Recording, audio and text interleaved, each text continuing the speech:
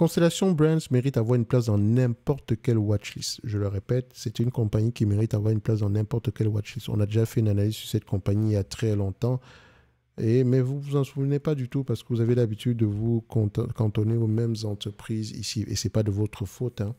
De manière générale, ici, en tant que francophone, on connaît très peu les entreprises américaines. Enfin, je parle à votre place, parce que à ma place, c'est complètement différent, au contraire. Donc, ici, ce qu'on va faire, c'est Constellation Brand, c'est de l'alcool, c'est de la bière, etc.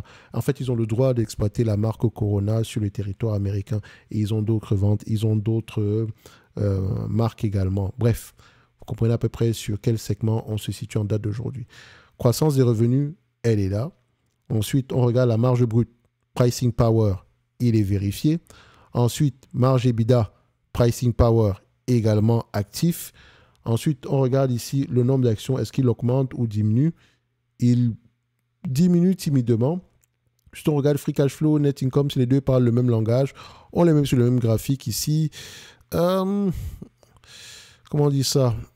Est-ce que je pourrais dire ici que les net income et les free cash flow sont plus élevés? Ce que je vais faire, c'est simple. On va prendre ici ceci. On va les mettre en cumulé. Boum. Je viens sur les free cash flow. Je les mets en cumulé également. Boum. Je vois ici que free cash flow et net income sur les 20 dernières années, similaires. 10 dernières années, similaires. 5 dernières années, free cash flow plus élevé. Donc, free cash flow représente la véritable rentabilité de ce business-ci. Même si net income quand vous regardez les net income, regardez bien. Quand on fait ceci, net income, tac, tac, tac. Net income, je les mets sur les 12 derniers mois. C'est en dents de scie. OK? Ça fluctue énormément. Pourtant, ça correspond littéralement ici au free cash flow qui sont plutôt stables. OK? Donc, free cash flow représente ici la véritable rentabilité de ce business au même titre que net income.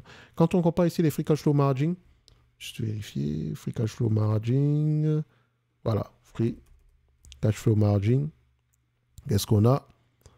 On a des marges de free cash flow qui sont à peu près également assez stables.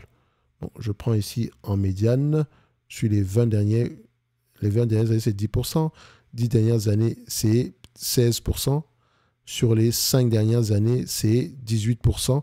On voit ici qu'on a un ralentissement sur les dernières années, mais faites attention, parce que quand on regarde les free cash flow, ici, on peut avoir ici également le BFA qui peut parfois, enfin pas ralenti, mais pas avoir un effet négatif sur le free cash flow. Donc faites attention par rapport à ça. Mais j'aime déjà ce que je vois ici en date d'aujourd'hui. OK? Combien de fois les bénéfices le marché paye généralement pour ce genre d'entreprise? Aussi simple que ça, on regarde ici. Voilà. On dézoome un tout petit peu. 1 et 2. Boum. Le marché paye en moyenne 20 fois les bénéfices. Je sais, c'est 18,7, mais moi, je mets 20 fois les bénéfices. 20 fois les bénéfices de cette compagnie sur les 20 dernières années.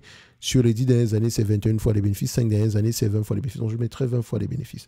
Ensuite, par rapport à la croissance, comme vous pouvez voir ici, elle a plutôt une croissance ici d'une compagnie qui est plutôt mature. Donc, on va mettre 20 fois les bénéfices. Qu'est-ce que ça va donner? Donc, on me demande de payer en date d'aujourd'hui aux alentours de 184 $, un business qui pourrait me rapporter 17 $ d'ici 2028. Donc, soit un rendement sur cours de combien? De 9%. Donc, si on vous distribue la totalité des bénéfices nets en dividendes, vous aurez, en date d'aujourd'hui, vous aurez 7%. En 2028, si tout se passe bien, en février 2028, vous aurez à peu près 9%. Est-ce que c'est un business prévisible? Comme on peut le voir ici, les analystes ont tendance à faire de bonnes prévisions sur une période de 2 ans. 100% du temps ici, ils ont raison. Donc, à 20 fois les bénéfices, ça donne à peu près aux alentours de 340 $. 340 $ ici, moins la dette nette en date d'aujourd'hui. Dette nette qu'on n'a pas regardé d'ailleurs. 340 $ moins la dette nette de 67 $. Donc, 340 moins 67, ça donne à peu près 273 $ à l'action. On va ici, 340. Donc, ça donne au total 273 $ l'action. On va vérifier quand même la dette nette sur EBITDA. On a quelque chose alentour ici de 3 fois l'EBITDA ici. C'est assez correct. Donc, on a un target price aux alentours de combien? 273 $ l'action. Donc, je viens ici, Consumer Staple, STZ, STZ, c'est ici, voilà. 273 $, c'est à peu près ce qu'on avait dernièrement quand on a fait la dernière analyse sur cette compagnie. Bon, je n'ai pas mis la date ici. Je mets, OK, on va mettre cet as today. C'est à peu près la même chose, 273 $ l'action.